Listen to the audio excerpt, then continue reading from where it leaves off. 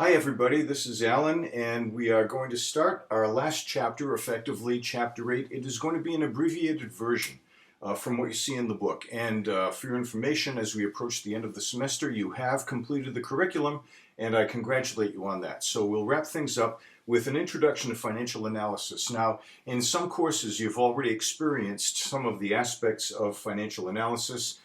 Here we're going to drill down a little bit more deeply. So what I've done is I've got Chapter 8's PowerPoint up here. I will post Chapter 8 for you. Unless you really have totally forgotten how the basic financial statements you learned about in accounting work, then I'm going to want you to review that. But otherwise, I'm going to assume that we can approach this with you having a basic knowledge of the let's start with the income statement. And then, of course, it leads through another statement, the statement of retained earnings, don't worry about that, and the balance sheet. So our focus here will be the income statement and the balance sheet. Now, what allows me to compare a tiny company to a moderately sized company like my own Accutech that I've used as an illustration throughout our lectures, to a $500 billion company like Walmart or Royal Dutch Shell, okay? You cannot compare the numbers, as I've said to you before, but you can compare the relationships of numbers. Can I compare my company to a company in Kyrgyzstan or Austria or England?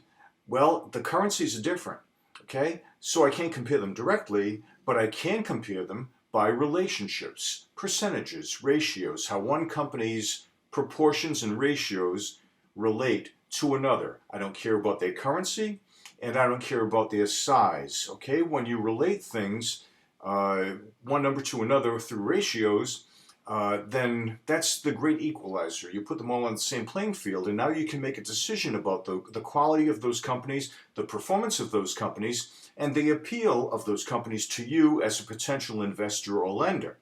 So understanding these ratios is absolutely critical to an analyst, to an investor, to anyone who's going to lend money. Any type of stakeholder will want to be able to read financial statements and be able to analyze them using some of the techniques I've given you in Chapter 8, starting on page 197. So in the text, please skip to page 197. And in this case, you can see in front of you, I have slide number, what is that slide number? Slide number 16, Intro to Financial Analysis. The early part of this chapter reintroduces you to the financial statements. Okay? Now, friends, once you have got a couple of companies, at least two, comparative analysis, okay? Excuse me. You're going to do two things. Number one, you, the analyst, you're going to take your own company, you could be inside, you could be outside, whatever, and you're going to look back at your past and say, here I am now, how do my proportions, ratios, and percentages compare to my own past? Okay, you look back at history and you see improvement, I hope. You see at least that you're staying the same, you don't want to accept any less, or, my goodness, Lord forbid, it's not as good. That means you've got to fix something if it's within your power, because that is not a good sign. And the early warning system is going to be trend analysis. That's only within your own company. That's number one. Number two, you're then going to do a comparative analysis. You're going to gather all the data that you can about your competitors. Hard to get? No, it's not. Okay? So you're going to find ways to get data on all of your competitors, your brothers and sisters out there in the industry. Do a similar stable of ratios that you did for your own company. Do it on their data and see how it compares to yours. You want to make sure you're staying even with them at a minimum and staying ahead of them at best. They're hoping that they're staying ahead of you, don't forget. Okay? And you certainly don't want to be behind them, because that indicates they're doing something better than you, or you're doing something, you're ignoring something that they are not. Okay? So those are the two things you keep in mind when you do these analyses. That is page 197. I'm going to quickly point out on page 197, although once in a great while professors of finance disagree on categories of these ratios in financial analysis, I've gathered a lot of data in the course of writing this book, and I've congealed it into these 5 popular groupings. Number 1, liquidity.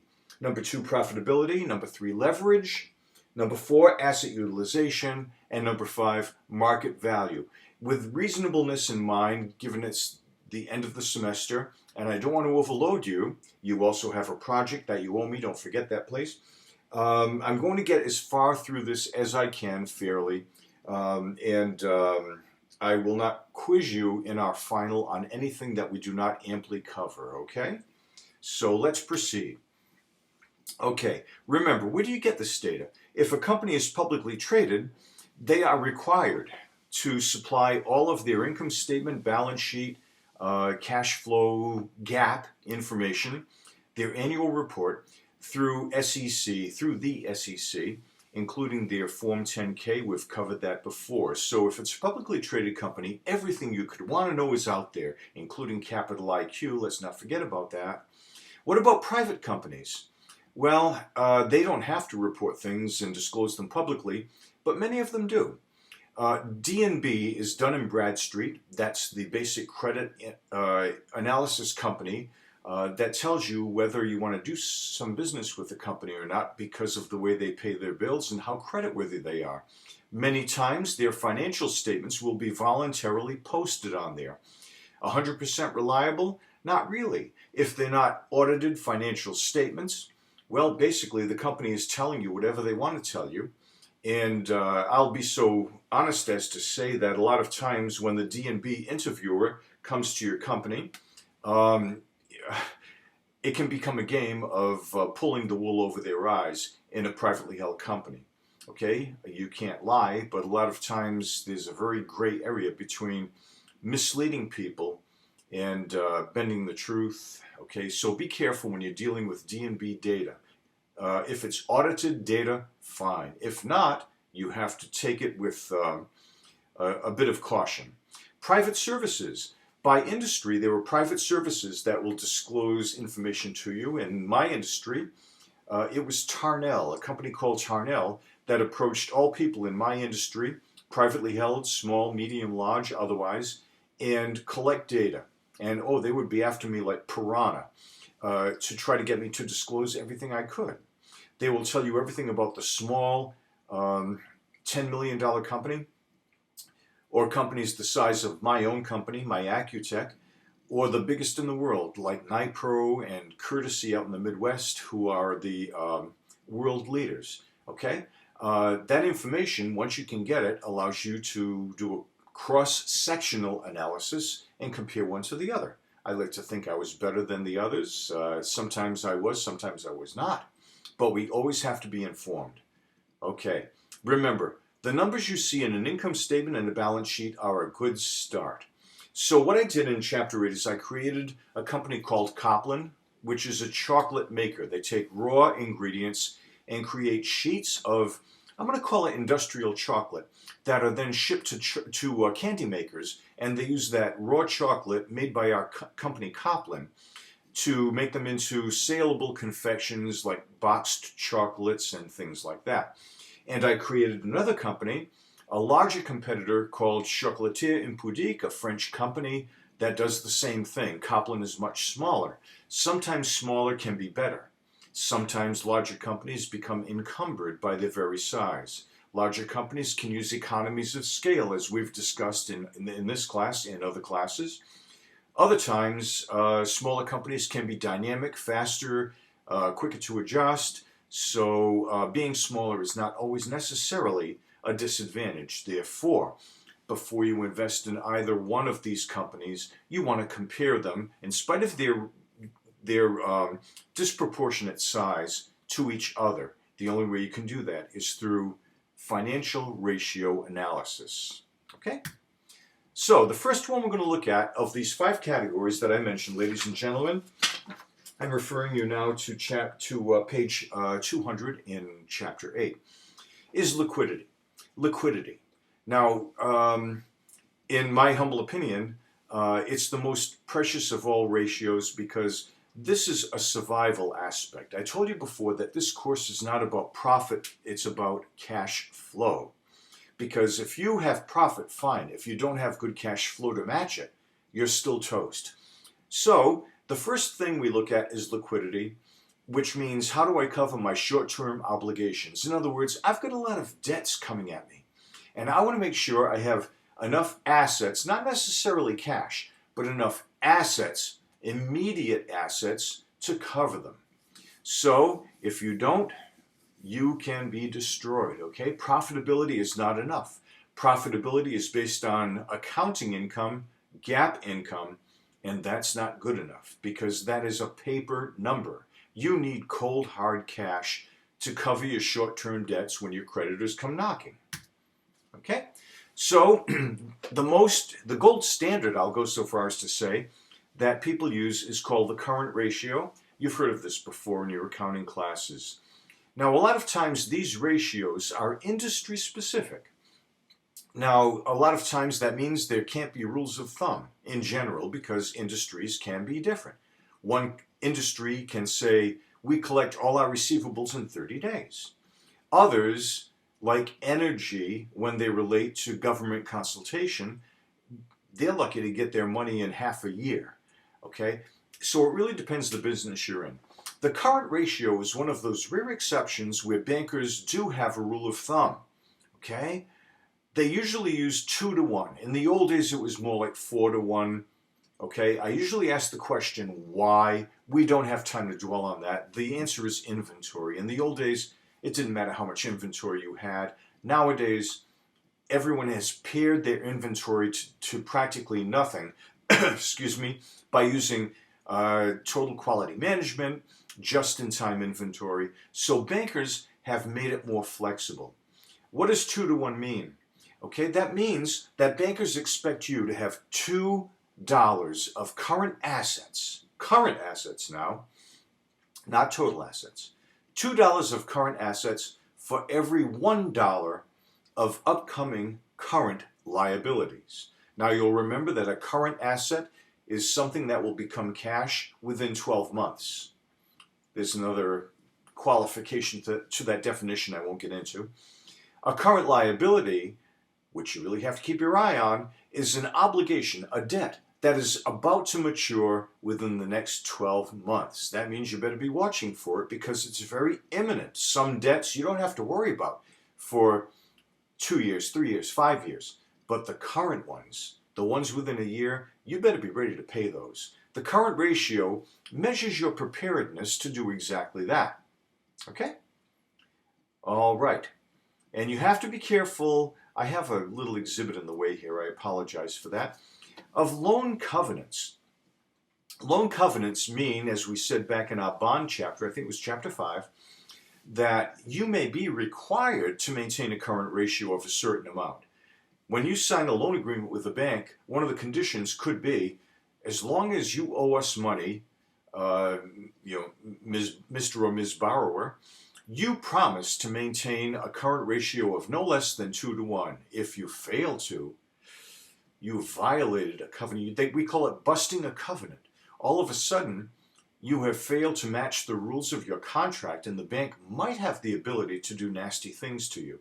So measuring the current ratio is something you can almost rest assured that your corporate lender will be doing, and therefore you must do it as well because it's a standard you'll be held to. Okay? I drew a little picture down. I didn't draw it. I stole it actually with proper permission about the current ratio. 2 to 1 is what we expect. Below that, it's dangerous. You may not have enough current assets to pay your bills when they become due. Above that, is that bad? You might feel nice and safe if you're way above 2 to 1, but that indicates that maybe management is not using their cash wisely. Management has all these resources, and their job is to use them effectively to generate you, the shareholder, plenty of income. Okay? If they're hoarding cash, hoarding assets to safeguard themselves, that's not so good. So too big a current ratio, question management.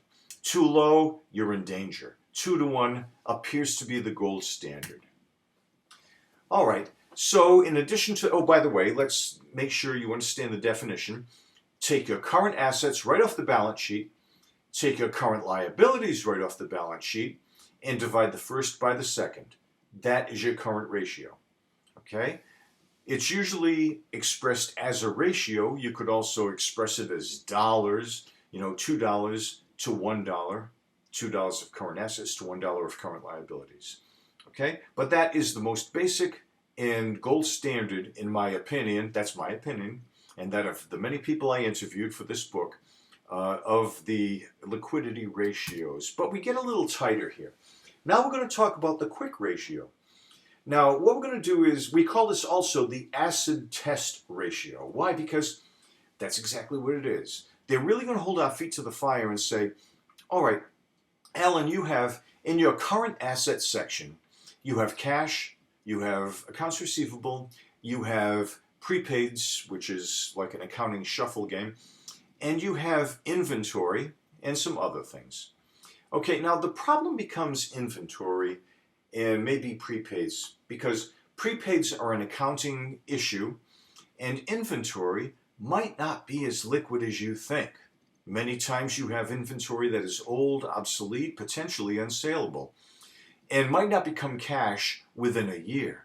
So a really aggressive analyst will say, all right, current assets, fine, current ratio, great, but the quick ratio, let's pull the inventory and the prepaid expenses out of it and only look at the really good stuff, the really low-hanging fruit, cash, immediately cashable investments, we call those equivalents, like overnight investments, short-term treasuries, things like that. Short-term marketable investments, our receivables, and that's it. We're going to take out the inventory because that might not be as current as you think. We're going to take that number and compare it to current liabilities. It's tougher, it's a tougher measure, and if that is a nice healthy number, now we expect that to be greater than 1. Okay? Many times it is not. Again, that's industry specific. We do not have a standard for the quick ratio. So how do you know if your quick ratio is good? You do what I said at the start of this lecture, friends. You look back at your own results and make sure it's not deteriorating. Secondly, you go outside and make sure that your own quick ratio is as good, hopefully better, than your competition. Okay? Let's go on. All right. Now that is where, up to page, page 202. So for liquidity, there are other measures, but I'm going to leave it at that. There's another one called a cash ratio. I'm going to let that go because I've focused on the two as a practitioner teacher here in this course that I think are the most important in practice. And by the way, if you look at the numbers I gave you comparing Coplan to Chocolatier, the current ratio for Coplan is 2.63 to 1. Chocolatier is 6.64 to 1. Ooh, looks like Chocolatier is really good, but are they too good? Maybe. They might be getting cumbersome. They might be hoarding cash and assets and not inventory, possibly. All right. Friends, the numbers are a good start. You have to look behind the numbers. Okay, the quick ratio. Right, let's cycle back to that for a moment. For Coplan, page 202, it's 2.08 to 1. Now, I'll tell you guys, I think that's a pretty good a pretty good quick ratio. All right? A lot of times it can be less than 1 and still good. All right? So Coplan appears to really have the edge. Why is that? That would suggest to me, since 2.63 to 2.08, all right, you have to do a little bit of additional investigation. It appears that they're not too inventory heavy, because when we pull inventory out, they only drop from 2.63 to 2.08. That indicates that taking inventory out was not that traumatic a change compared to the relationship to current assets and current liabilities. But Chocolatier, let's see, they went from 6.64 down to 5.22. All right. They're still very healthy. Oh my goodness, that's a quick ratio like I've never seen before. Well, even though I invented the numbers. But the point is, the impact of taking the inventory out was more significant. That indicates that they may be higher in inventory, respectively, than Coplan was. Now, at this point, I'm speculating. I'm looking at numbers and speculating. Later, after you've looked at the numbers, they are simply a cue to take you to the next task at hand for the financial professional, which is to say, why? Okay? You don't just do the numbers, you do the numbers and say, I have to look at why that happened and understand the numbers. That's the key aspect of being a financial professional, is understanding why the numbers resulted in what they presented to you. Okay? Look behind them. Pardon me, my voice is dying here. It is not COVID-19. Okay, now that covers our liquidity ratios. We're going to move on to profitability in the time we have remaining. I have a timer set here, so bear with me. Okay, profitability is the second set of ratios because we want to know, even though profitability is based on GAAP, be aware of GAAP, it is a paper number, okay? The income statement and balance sheet you see are based on accounting rules, not on cash. Okay, so profitability says, why would you invest in a business, all right? You want cash flow, but you also do have to look at profitability, and you want to see a positive return because that is what you expect. I'm not going to invest money in something that returns me a negative number. I want to invest in something that is not only positive, but also showing growth signs. I always want to be getting better. Okay, and the first one I'll give you is net profit margin. That's a very simple percent. You can stay right within the income statement itself. You're simply going to take your bottom line, income after taxes, if you've got a taxable company, and you're going to divide it by the top line, sales revenue. What piece of the pie, proportionately, of the total sales dollar does the bottom line represent? Once you split up the pizza and cover all your cost, how big is the piece of pizza that's left for you? There better be some left for you. And you want to make sure you know what the size of that slice is. So we do that, ladies and gentlemen, as a percent. The first two measurements we did under liquidity were ratios. This one is a percent. That's how we express it. So if you take their bottom line, again, all the numbers are in the book, take their net income, net profit after taxes for Chocolatier and Copland, okay, it appears that Copland had 10.29, okay? Is that good? I don't know. Maybe in some industries, 3% is good. In other industries, 17% is good. You have to look at your own past and your own industry, as I keep saying. But here's what they did. Copland got 10.29% of their sales. Chocolatier got 15.9%, okay? So far, Chocolatier is beating us if we are Copland, okay? Let's move on.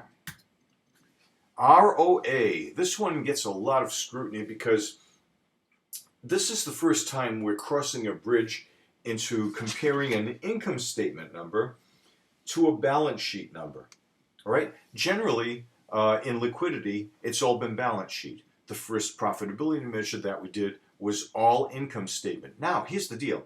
When you compare numbers and you're basing one number within your ratio on the income statement and one on the balance sheet, you've got to be a little bit careful. And this is the first one, friends. ROA means return on assets. Now, why does a company have assets? A company has assets because they are going to be used to produce revenue. They're going to be converted into revenue. And what results from revenue? Go right down the income statement. The bottom line is indeed profit. So you are going to look at management. Remember, you, the shareholder, you hire management. All right, you're hiring them. And there is my signal. Okay, if you can hear Peter Gabriel singing there, that means I'm up to my time limit. So I'm going to pick it up from this slide in our next lecture. Thank you so much for your kind attention. And as I am always saying these days, make sure you stay healthy. And thank you. And I will be back at you with a second lecture very soon. Bye.